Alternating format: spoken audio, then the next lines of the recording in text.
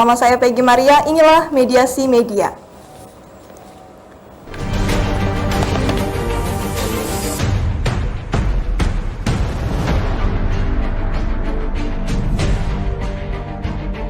Kita sekarang juga telah kehadiran dua narasumber menarik, yaitu Ketua PWI Kalteng sekaligus Pimret Palangkapos, Bapak Haris Sadikin. Apa kabar, Pak? Baik, iya, luar biasa. Bagaimana tadi Pak perjalanan ke sini?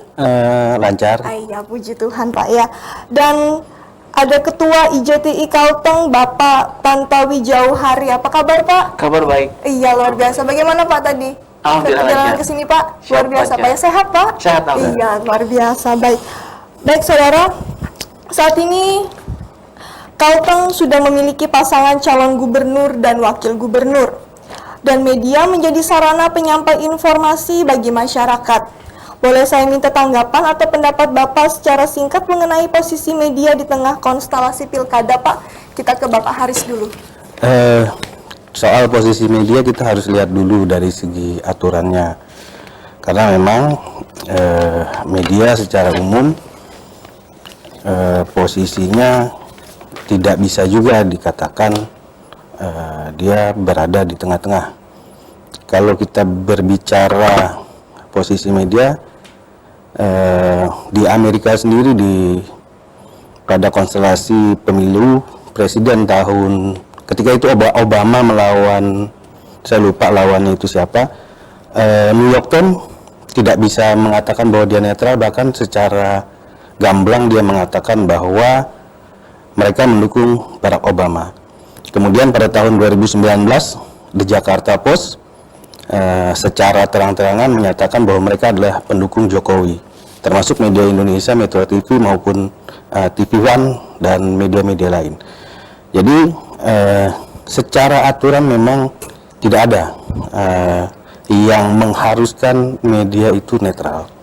Karena kita boleh buka pasal per pasal di Undang-Undang 40 ataupun di Kode Etik, tidak ada mengatur soal netralitas media.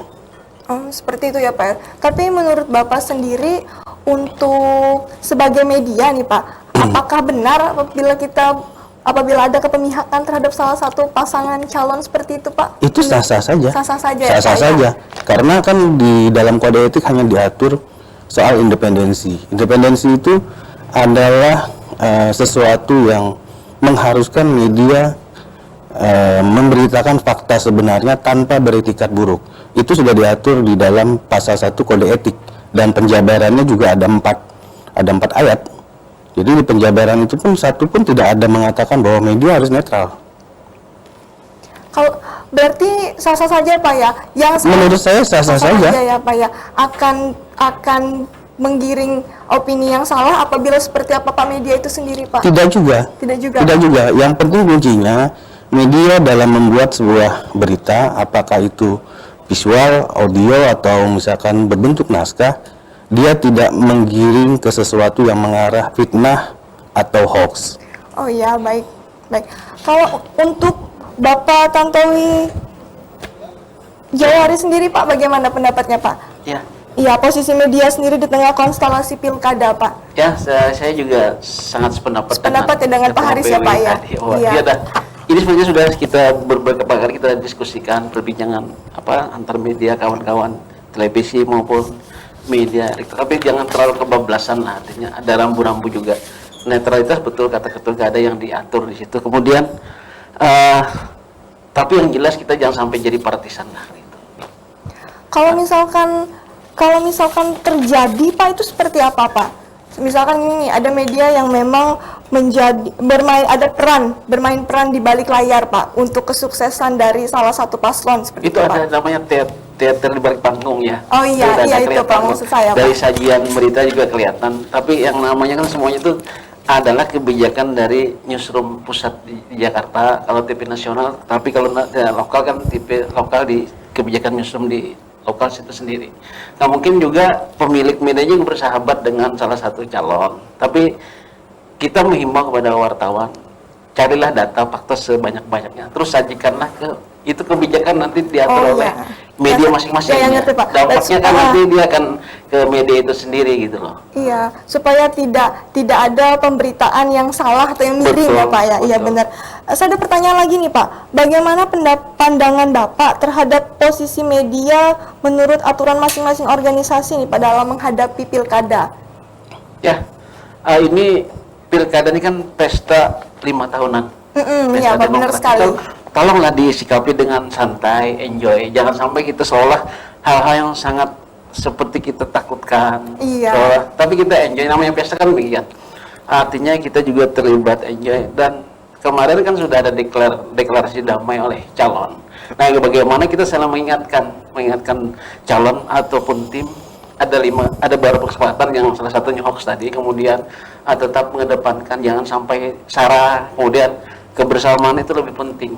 Karena kami sependapat dengan kawan-kawan bahwa kedamaian, ketentraman daerah Kalimantan Tengah ini lebih utama mungkin dari sekedar hanya untuk menang pilkada gitu loh. Iya benar. Saya yakin. Iya benar sih Pak. Dan saya lihat juga hal ini biasa-biasa aja di medsos juga masih bisa kita toleransi lah, yang itu sedikit-sedikit kan gitu. Nah, kita sebagai media mainstream ini punya kewajiban untuk meluruskan pemberitaan-pemberitaan yang benar gitu. Iya, memang seperti itu harusnya tugas media Pak ya, jadi kawan masyarakat ya, jadi pemberi informasi yang sebenar-benarnya apa yang terjadi di lapangan kepada masyarakat ya Pak ya. Kalau menurut Pak Haris sendiri Pak, seperti apa Pak posisi media ini menurut aturan organisasi yang Bapak pimpin nih Pak tentang menghadapi pilkada? Yang pertama saya harus informasikan bahwa organisasi itu tidak mengatur newsroom media. Jadi organisasi itu bagian terpisah dari media. Jadi kalau misalkan kayak PWI adalah organisasi kewartawanan. Nah, kami punya PDPRI, punya kode etik gitu. Nah, kode etik kami sendiri itu tidak masuk ke ranah kebijakan media. Jadi organisasi tentu tidak bisa masuk ke dalam kebijakan media. Apapun kebijakan media, ya itulah kebijakan newsroom mereka. Oh ya, itu jawaban selaku Ketua PWI ya Pak ya. Apabila jawaban selaku Pimret Palangkaraya seperti apa Pak? Pertanyaannya sama dengan organisasi. Pak. Ya, Ya, sama. ini kembali lagi gitu. Media itu kan dia punya kebijakan redaksi. Nah, sepanjang kebijakan redaksinya itu memang kesepakatan di dalam newsroom, dia mau kemana pun, ya itulah kebijakannya. Jadi memang tidak ada yang mengatur media itu, kembali lagi soal netralitas tidak ada yang mengatur soal netralitas, tidak ada media itu harus begini harus begitu, nggak ada. Kebijakan newsroom itu adalah yang paling utama. Nah, saya pribadi aja misalkan begini, saya sebagai seorang pemimpin redaksi, saya punya pekerjaan di kantor, tetapi saya juga punya jadwal wawancara di Dayak TV. Nah, saat ini saya sedang berpihak ke Dayak TV gitu. Oh iya Pak. Nah, artinya saya sebagai seorang jurnalis, sebagai seorang wartawan, saya punya keberpihakan.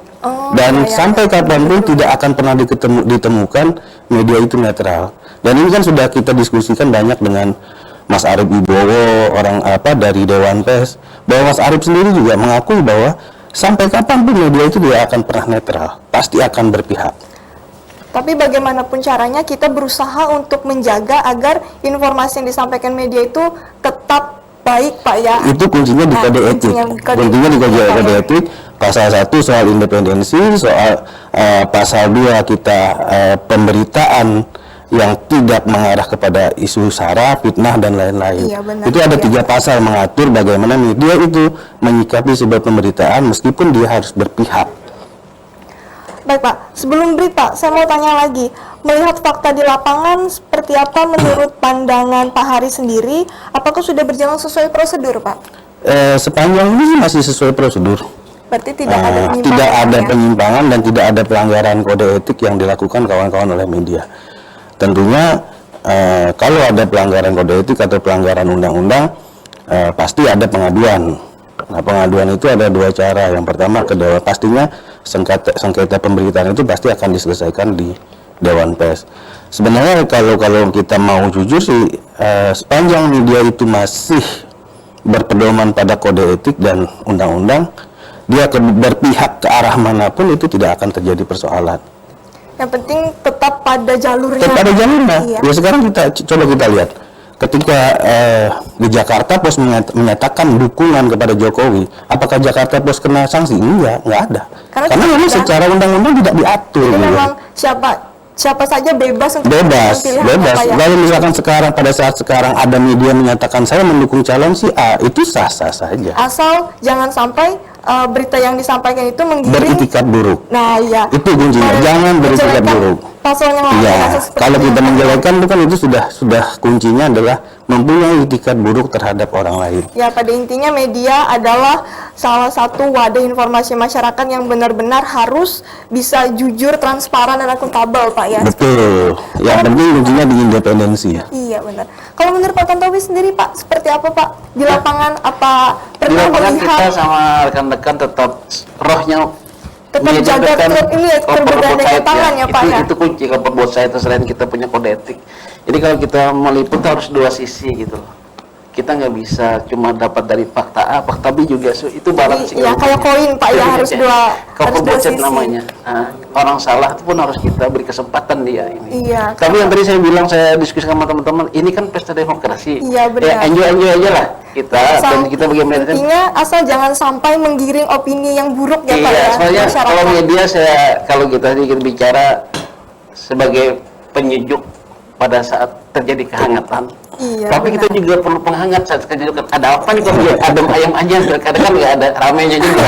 Tapi saya supaya pendapat ini, juga Pak. dengan Mas Haris tadi kalau kita media meliput terlalu banyak porsi ini kan ibarat masakan terlalu banyak garam kan gak enak juga, Iya, harus benar ada juga. balance lah gitu. Iya, benar, Kita benar, udah benar, sepakat Pak. sama teman-teman, kawan-kawan tim. Kita kan sering ketemu dengan tim di lapangan, tim sukses. Ayo kita adu gagasan, adu kreativitas. Jagoanmu punya program apa? Ini jagoan pun kita adu kreativitas gitu. Jangan sampai kita yang tadi black campaign atau kita hoaxnya juga kita jangan sampai gitulah.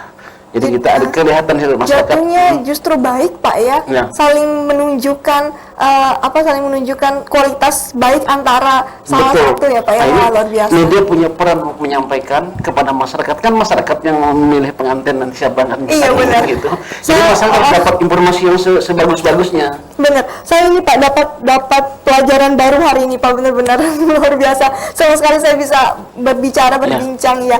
Baik, pemirsa, jangan kemana-mana, kita akan kembali setelah jeda pariwara berikut. Anda dapat menyaksikan Mediasi Media melalui www.dayaktv.co.id. Tetaplah bersama kami di Mediasi Media.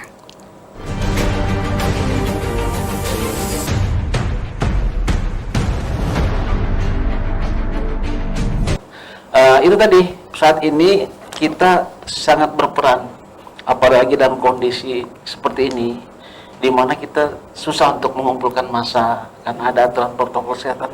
Nah ini harus cantik nih, tim pemenangan ini, bagaimana dia menggait media untuk mensosialisasikan program-program mereka, mungkin itu capaian-capaian atau program yang akan datang. Nah ini peran media, kita pun punya kewajiban.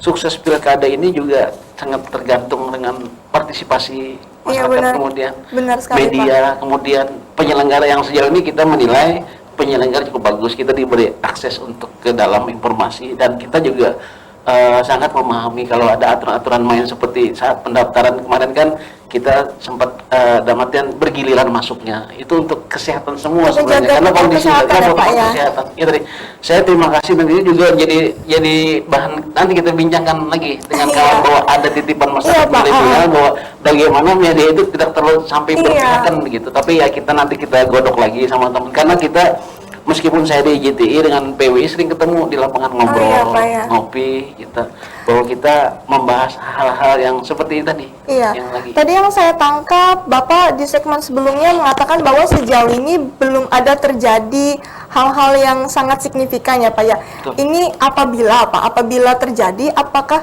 sudah ada antisipasinya, Pak? Misalkan ada bentrok antara entah itu si A dan si B punya berita yang berbeda, tapi saling tidak terima gitu, Pak. Nah, antisipasinya sendiri, Pak, dari Bapak sendiri seperti apa tuh, Pak? Itu tadi saya bilang kawan-kawan dibekali dulu. Iya, dibekali dulu, Pak ya. Website-nya gimana, kemudian kode etiknya gimana, aturan main gimana.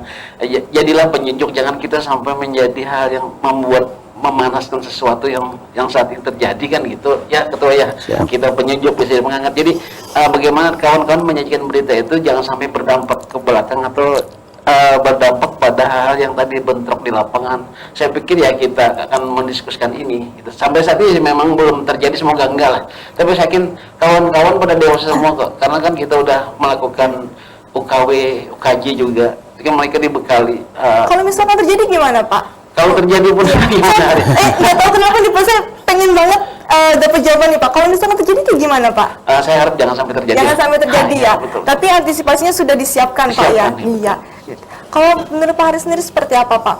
Agar tetap netral dan apabila terjadi sesuatu yang tidak diinginkan, apa antisipasinya sendiri Pak? Saya minta Bapak menjawabnya sebagai Pimret Palangkapos Pak. Iya. Baik, kalau saya sih tetap kita berpegang kepada aturan saja. Agak sulit kalau kita menggiring sebuah media itu kepada sebuah netralitas, karena memang di dalam setiap konstelasi pilkada, pemilu maupun pemilihan legislatif, media itu mempunyai peranan penting untuk menyosialisasikan, kemudian menyampaikan kepada masyarakat bagaimana program-program caleg ataupun pejabat-pejabat yang ingin mengekspos dirinya kepada masyarakat. Jadi itu kembali lagi kepada newsroom atau kalau kami bilangnya adalah sebuah kebijakan redaksinya. Nah, ketika kebijakan redaksi mengatakan bahwa kita harus seperti ini karena kita melihatnya ini dan itu ada alasan-alasan tertentu kenapa sebuah keputusan di meja redaksi itu diambil. Nah, jadi saya pun sudah sampaikan kepada KPU maupun ke Bawaslu, sampai kapanpun media tidak akan bisa digiring terhadap netralitas. Karena kembali lagi tadi Pak ya, semua orang punya hak untuk memilih. Betul. Tapi harus sebagai media bagaimana caranya untuk tetap profesional Pak ya, antara menjadi masyarakat dengan menjadi pewarta berita Pak ya. Seperti itu. Kuncinya itu seperti yang saya katakan tadi, kuncinya ada di kode etik pasal 1, tidak beretikat buruk. Itu saja. Nah, ketika kita menulis atau kita menyajikan berita tidak mempunyai etikat buruk terhadap orang lain, ya insya Allah kita tidak akan ada sambungan. Terjadi ya Pak ya, hal-hal yang tidak beretikat baik itu tadi, yang beretikat buruk tadi belum pernah terjadi. Belum pernah. Kalau misalnya terjadi gimana Pak? Sampai sekarang kita tidak menemukan ada media yang memang secara aturan dia taat, dia praktik. Dia melanggar kode etik pasal 1 soal etikat buruk. Tetapi saya juga tidak menutup mata. Sekarang kan orang bikin media itu gampang. Iya, Pak. Mudah bikin media dengan modal sekian ratus ribu, dengan modal sekian juta, mereka sudah punya media daring, sudah punya website. Nah, biasanya media-media yang seperti ini yang kita tidak bisa kontrol. Nah, biasanya itu pun ya mohon maaf dalam tanda kutip, saya tidak menuduh atau tidak menjelekkan pasangan calon, ada biasanya aktor-aktor di balik media-media itu gitu. Nah, itu biasanya terjadi. Contoh sederhananya, kita pernah menghadapi obor rakyat. Iya. Nah, kemudian di 2019 saya lupa itu kita juga pernah menghadapi hal-hal yang seperti ini. Nah, ini kalau ini terjadi, ini sudah ranahnya adalah ranah pidana, bukan lagi ranah sengketa HPS. Ya, itu sudah ranahnya ranah pidana. Karena apa? Karena di samping medianya juga tidak jelas penanggung jawabnya, tidak jelas aturan secara badan hukumnya sesuai dengan Undang-Undang 40, ya pasti larinya ke pidana. Ya, dari yang saya simpulkan dari yang Bapak sampaikan tadi, pada intinya apapun itu yang terjadi di lapangan, para pewarta berita harus bisa profesional Pak ya. Profesional ya, pasti. Dan menjaga etika dan tidak menjadi penyebar berita yang tidak baik Pak ya. Betul. Oke, semoga pemirsa di rumah khususnya yang masyarakat milenial nih yang mengajukan pertanyaan ini puas dengan jawabannya. Apabila tidak puas, nanti saya akan membuka link lain lagi untuk menunjukkan pertanyaan. Kita akan ketemu di sesi berikutnya Pak ya. Tidak apa ya Pak ya? Tidak apa. Iya. Baik, saya akan bertanya lagi Pak. Sejauh ini Pak, di Kalteng sendiri apa pernah terjadi kepemihakan dalam pilkada Pak yang dilakukan oleh media? Boleh Pasti. berikan contohnya Pak? Pasti berpihak. Iya. Tapi maksud saya seperti ini Pak, pemihakan. Contoh begini. Gimana? Saya hanya katakan menganalogikannya begini. Pilkada di Kabupaten X gitu. Nah, porsinya ternyata calon A itu mendapat porsi 1 halaman, sementara calon B itu hanya mendapat porsi 1/4 halaman. Apakah ini tidak berpihak? Pak. Ini berpihak. Apakah itu melanggar? Tidak. Karena di dalam Undang-Undang Nomor 40 Pasal 3 Ayat 2 itu mengatakan bahwa perusahaan media adalah sebuah lembaga ekonomi. Nah, soal ukuran ini adalah soal harga. Berapa mereka membayar arterialnya. Itu kan? Makanya saya bilang mau netral seperti apa? Ketika media dikembalikan kepada fungsi pasal 3 ayat 2, itu sampai kapanpun nggak akan bisa netral. Iya, benar. Berarti hal-hal seperti itu tuh tergantung ya Pak ya, karena kita bicaranya masalah ekonomi Pak ya. Kalau menurut Pak Tantowi sendiri Pak? Menurut pengalaman kita juga pernah kita melihat di salah satu kota di kepemihakan seperti itu Pak ya, pernah Pak ya? Pernah ada bapaknya pemilik perusahaan koran atau saudaranya ada yang kakaknya ikut pilkada gitu kan, kita lihat porsi pemberitaan juga condong tuh mungkin wajar-wajar saja karena pemilik media gitu. Tapi masyarakat kan sudah cerdas nih, sudah cerdas. Nah, kita bantulah masyarakat menyampaikan program-program walaupun sebesar apapun pemberitaan, kalau yang tadi saya bilang bahwa programnya lebih baik kan emas akan tetap kelihatan emas. Tapi kan tidak semua masyarakat bisa menilai itu baik Pak. Ada juga beberapa orang yang menganggap bahwa ini seperti contohnya Pak, media A ini terlalu berpihak kepada calon A misalkan Pak, sedangkan calon B tidak terlalu diberitakan. Kan tidak semua masyarakat bisa berpikir bahwa itu tuh baik. Itu seperti apa Pak? Kalau Bapak melihat sendiri ya, hal itu seperti kita itu. tugas jurnalis kita menyampaikan informasi seluas-luasnya pada masyarakat. Kemudian masyarakat kan juga mendapat informasi yang luas dari itu. Kewajiban kita suksesnya pilkada, semua pihak punya tanggung jawab masing-masing lah. Benar kata ketua tadi, kita jangan sampai membuat hal yang tadi Jangan sampai menggiring opini yang salah Pak ya. Jangan sampai kita kesana lah, nggak boleh membuat yang salah. Yang penting bagaimana Ayo apapun kita ini bermain adu program aja, adu kreativitas masing-masing tim penting sukses. gimana caranya menjaga tetap di jalan yang benar ya Pak, jalan yang baik Pak ya. Iya. Pertanyaan satu lagi Pak sebelum kita masuk ke break Pak.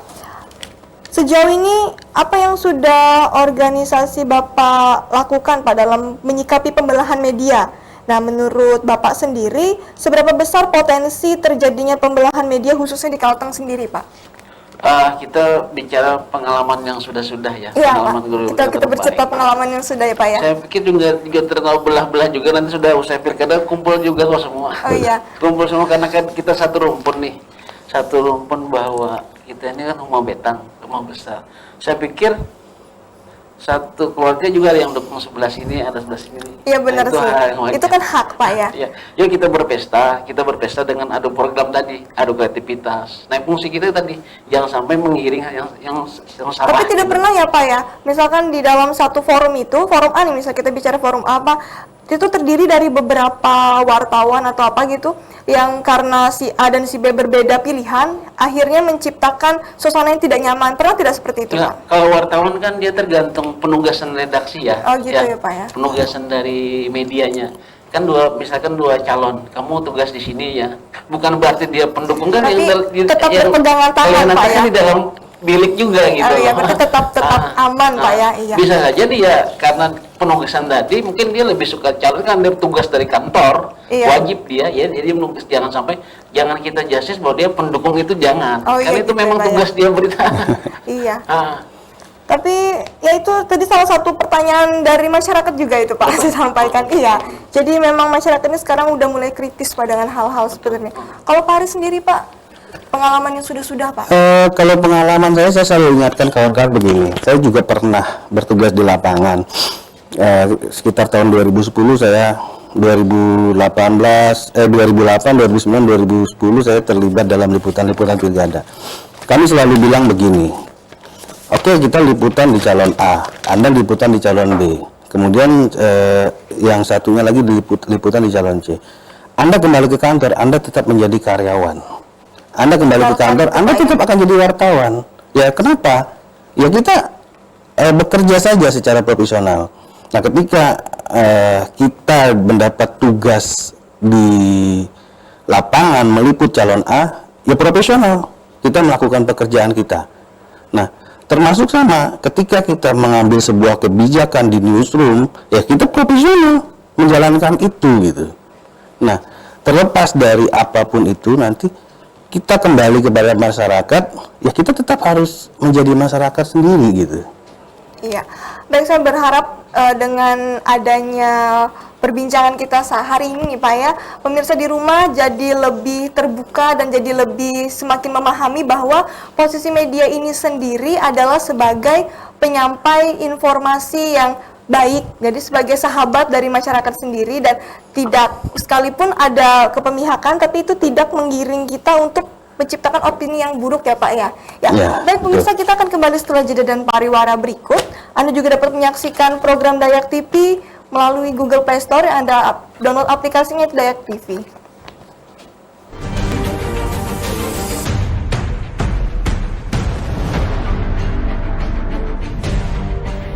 Baik pemirsa, terima kasih tetap di Mediasi Media. Kita akan melanjutkan perbincangan kita.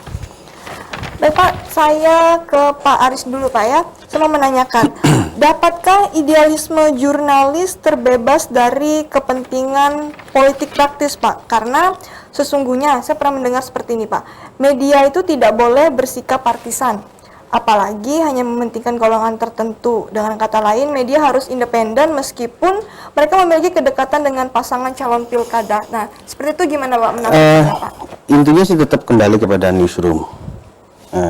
Keputusan apapun yang diambil sebuah media itu kembali kepada rapat redaksi, dan di newsroomnya biasanya itu banyak hal yang dibahas, termasuk dampak sosial yang ditimbulkan ketika kita menjadi partisan atau ketika kita menjadi afiliasi dengan partai politik dan lain-lain. Itu sebetulnya sudah habis dibahas di ruang redaksi, sehingga ketika media itu mengambil sebuah keputusan, dia lebih memberitakan A, B, C, dan D, itu sudah dibahas di dalam newsroom. Nah, partisan itu biasanya terjadi pada perorangan. Nah, di media sampai sekarang kan memang tidak ada media yang memberlakukan aturan bahwa ketika dia partisan partai politik dia harus berhenti. Misalkan ketika dia menjadi caleg dia harus berhenti dari pekerjaannya. Itu sampai sekarang kan belum ada. Nah, yang saya tahu di beberapa media baik di Kalimantan Tengah lah khususnya, ketika seseorang itu dia memutuskan untuk berpartisipasi di partai politik, yaitu sah-sah saja. Nah, karena di dalam satu newsroom itu tidak condong kepada satu partai. Contoh di kami saja, itu dulu si A itu partainya X, si B partainya C, si D partainya apa gitu. Jadi partisannya kan tidak mempengaruhi newsroom sebetulnya, tidak mempengaruhi redaksi. Nah, partisannya itu lebih condong kepada perorangan. Untuk idealisme jurnalisnya tadi Pak, bisa nggak Pak itu membuat media ini terbebas dari kepentingan politik praktis Pak? Kalau Bapak idealismenya yang seperti apa dulu? Ketika kita idealisme media itu adalah sesuatu yang tentunya kita memberikan dukungan kepada masyarakat yang termarginalkan. Itu bentuk idealisme media sebetulnya. Keberpihakan kepada masyarakat, menginformasikan kepada masyarakat, itu bentuk idealisme. Nah, bagaimana idealisme ini tidak terganggu? Ya kuncinya ada di rapat redaksi, di newsroom. Saya selalu bilang kepada kawan-kawan, oke, kita punya pesanan dari pengiklan nih. Saya tidak mengatakan ini pilkada ya. Kita punya pesanan, punya pengiklan. Ekonomi ini Pak ya? Saya belum masuk ke ranah ekonomi, tapi kita dapat pesanan dari pengiklan. Oke, pengiklan itu harus ikut aturan kita. Secara keredaksian kita mau tampilkan advertorialnya seperti ini, tulisannya seperti ini, bentuknya seperti ini. ya dia harus ikut aturan main kita gitu. Karena meskipun dia pengiklan, dia tidak bisa intervensi terhadap redaksi. Berarti sah-sah saja Pak ya? Sah-sah saja sepanjang dia tidak mengintervensi ke redaksi. Termasuk misalkan ada orang misalkan kalian harus begini, itu nggak boleh. Oh iya. Jadi kalau dia mau jadi partisan silahkan sendiri, jangan Iya, mengikuti perorangan. orang lain. Gitu. Perorangan. Oh, iya. Kemudian secara idealisme, redaksi punya idealisme dan iya. itu tidak bisa diintervensi. Kembali lagi ya Pak, yang penting selama yang dia lakukan itu tidak menimbulkan dampak buruk Pak ya untuk Betul, dia itu sendiri. betul. Iya. Kalau menurut Pak Tantowi sendiri Pak seperti apa Pak? Oke, kalau tadi kayaknya lebih ke pemberetnya, fokus ya. Kalau saya kalau IGTI ya kita, Iya, Pak. IGTI kan banyak tuh, ada dari Metro, TV One, TV Trans 7, RCTI dan sebagainya. Ya, independensi memang harus tetap ada di newsroom itu, tidak terpengaruh oleh partisan. Tadi benar kata Pak Haris, saya sangat setuju. Idealisme yang bagaimana kita tetap sebagai sosial kontrol masyarakat gitu, tetap penyambung lidahnya masyarakat nih. Kalau pers ini kan pilarnya keempat demokrasi ini. Demokrasi ya kita harus tetaplah mengedepankan kepentingan masyarakat. Ya tadi kepentingan masyarakat di Kalteng, kedamaian, kenyamanan, berusaha gitu. Itu yang memang yang butuhkan saat ini. Lapangan pekerjaan, itu yang dibutuhkan masyarakat. Mereka memikirkan lapangan pekerjaan, mencari nafkah, itu yang penting. Jangan sampai yang tadi kita malah membuat satu suasana yang menakutkan. Iya, yang tidak kondusif kita ya, enjoy Pak, aja lah, pesta 5 tahun kok. 5 tahun ke depan juga akan seperti ini juga. Tapi sejauh ini memang di Kalimantan Tengah sendiri nih Pak, kita bicara lingkup Kalimantan Tengah, itu untuk kecondongan partisipan yang mengarah untuk arah yang tidak baik itu tidak ada Pak ya. Semuanya mereka walaupun menjadi partisan hanya sendiri ya Pak ya, tidak menggiring opini untuk pihak lain Pak ya. Iya, betul. Bagus dong. Oke. Berarti memang untuk Kalteng sendiri, untuk medianya juga memang terjaga Pak ya, untuk ini kredibilitasnya Pak ya, luar biasa. Baik, boleh saya minta himbauannya Pak untuk para media dalam pilkada ini Pak? Ya, bagaimana untuk menjaga keprofesionalitasan dalam bekerja, tidak menggiring opini masyarakat yang tidak baik gitu Pak. Boleh saya minta himbauannya Pak untuk rekan-rekan media enggak seluruh Indonesia, Kalimantan Tengah aja Pak. Ya, karena kita menjelang pilkada ya Pak. Kepada rekan-rekan bahwa pada masyarakat pada juga masyarakat Pak. juga rekan-rekan Iya. bahwa ini kita bilang pesta demokrasi. Mari kita sikapi dengan hal yang positif. Kemudian masyarakat sekarang cerdas. Dia dapat informasi bukan hanya dari media mainstream aja, bisa dari medsos, bahwa apa yang telah dilakukan oleh pemimpin sebelumnya. Yang tadinya jalan nggak ada, sudah ada kan gitu. Iya benar. Kemudian ada program-program nasional yang mungkin seperti Food Estate itu kan luar biasa nih. Ada titik harapan yang bukan hanya untuk Kalteng tapi untuk negara Indonesia ini. Iya. Kita sekarang lagi seksi loh, Food Estate itu lagi seksi. Nah, masalah tahu siapa yang berperan di sana. Kemudian ini luar biasa, luar biasa. Coba Anda bayangkan nanti satu Food Estate itu sukses ya. Ini kan kalau bupatinya kan ada di Pulau Pisau, ada di Kapuas gitu kan. Kemudian untuk mengekspor sayur itu ke Abu Dhabi itu nanti pakai pesawat, saya yakin itu. Oh gitu, saya Pak. yakin itu. Bapak tadi kalau bicara, busuk itu barang itu. Bapak bicara masalah food estate tadi Pak ya, Ya. itu adalah Pulau Pisau Kapuas nih. Jadi apa ini ada hubungannya dengan kedua pasang calon Pak? Tidak ada? Saya pikir itu Tidak. kan program pemerintah, itu program pemerintah pusat dan kita Siapa dukung. tahu. Kita jujur sejak awal saat Menteri Pertanian datang pada bulan Ramadan bulan Iya, puasa, kita benar, Pak. hadir di situ.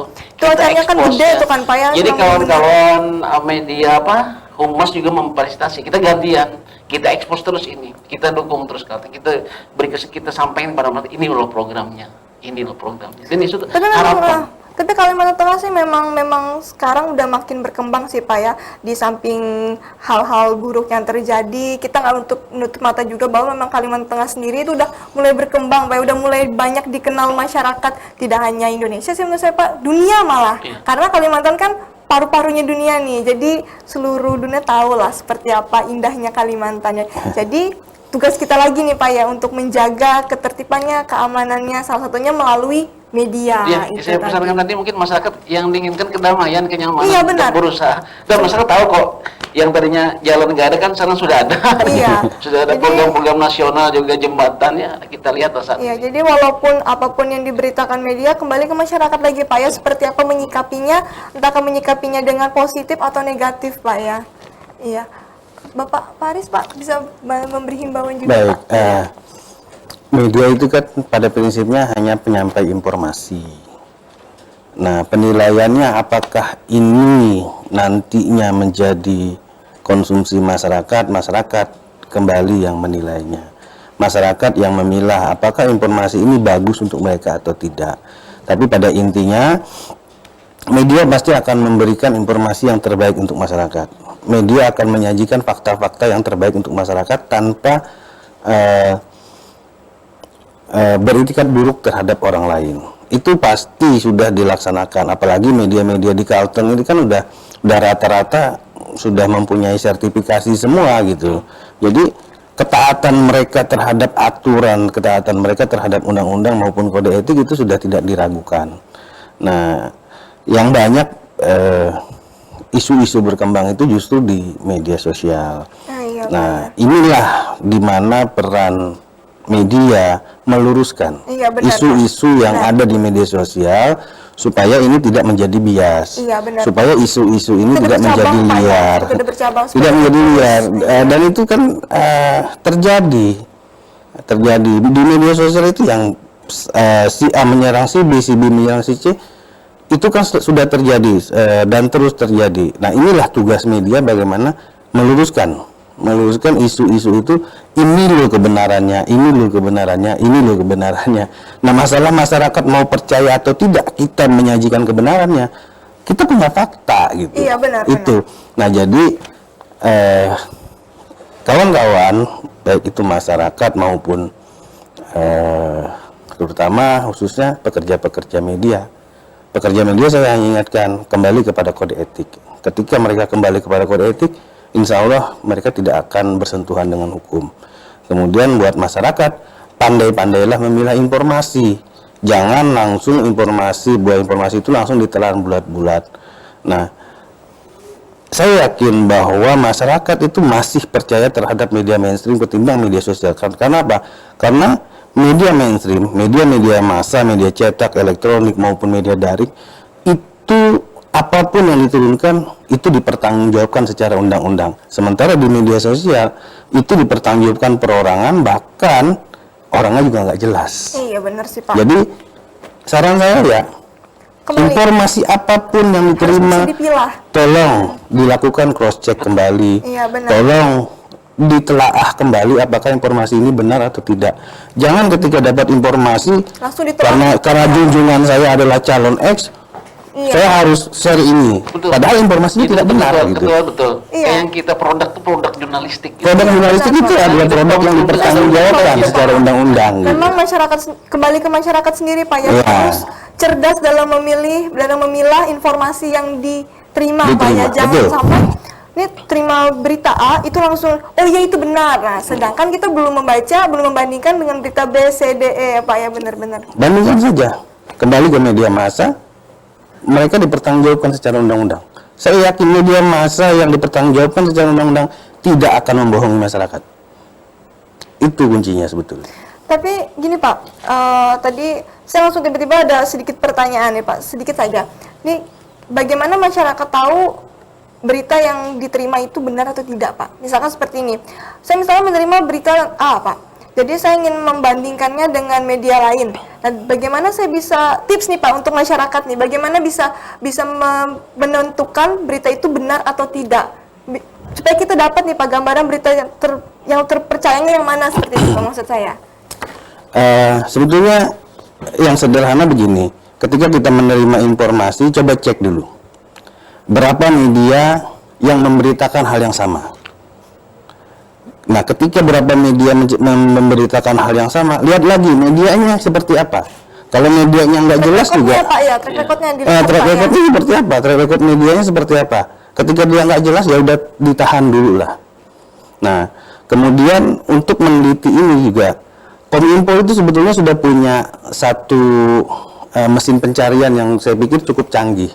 Ketika Anda ketika masyarakat men-share judul berita, men-share foto yang ingin diketahui, Validitas. itu ada aplikasinya, saya lupa.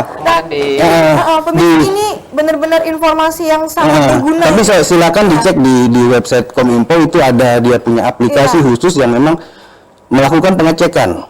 Foto ini kira-kira pertama kali ditayangkan kapan, kemudian untuk kepentingan apa. Nah, saya pernah pengalaman ketemu foto ini seolah-olah dia menyerang seseorang gitu. Nah, padahal ketika kita cek ternyata foto ini adalah foto tahun 2010 gitu. 2010 ya, Pak. Dan diperbaharui hanya untuk kepentingan, mohon maaf. Kayak keadaan lebih panas. Iya, betul sekali. Iya. Itu sering terjadi, Pak. Tidak Iya. bisa 1-2 kali itu. Pak. Termasuk foto tsunami 2005 itu beredar seolah-olah terjadi kerusuhan di kota tertentu gitu. Iya, Itu sering ini gitu. sama dengan yang disampaikan oleh Pak Imam Wahyudi dari Dewan Pers kemarin waktu kita acara di Suspel. Memang iya, Pak? ada teknik untuk mengetahui validitas Nah, sebuah itu. berita, kemudian foto itu betul. Sepertinya- ada aplikasinya itu, Mbak. Kami juga tercengang melihat itu. Sepertinya Pak, itu apabila di show up lebih luas kepada masyarakat itu akan sangat berguna Pak untuk Betul. masyarakat, karena sekarang ini tidak semua masyarakat bisa memahami dan bisa menyimpulkan berita yang baik dengan tidak itu seperti apa. Itu sangat berguna itu Pak menurut Betul. saya. Ya kuncinya itu, kalau misalkan kita tidak mendapatkan aplikasi itu, lihat Cross-check aja. aja Pak ya. Cross-check, Karena ada berapa. akan banyak media yang Benar nggak? memberitakan. Contohnya resep masakan aja. Resep masakan kalau cuma satu yang memuat, sementara yang lain ternyata resepnya berbeda. Lain. Ini pasti udah nggak benar informasinya gitu. Baik, sebenarnya saya masih ingin berbincang lebih lama Pak dengan Pak Haris dan Pak Tantowi, tapi karena waktu kita terbatas, mungkin kita akan berbincang lagi di lain kesempatan, nggak apa-apa Iya, Pak iya, ya. nggak apa-apa. Ya, baik pemirsa, di era kebebasan pers, memang tak ada larangan bagi jurnalis meliput kegiatan politik partai tertentu.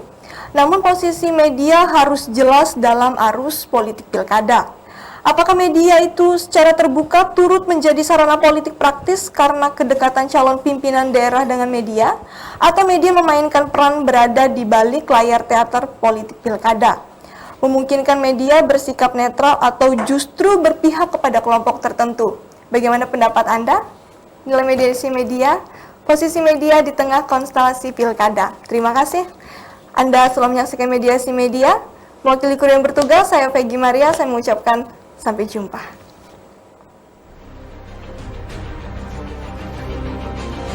Baik, Pak. Oke. Terima kasih, Pak, ya. Terima kasih. Terima kasih sudah meluangkan waktu.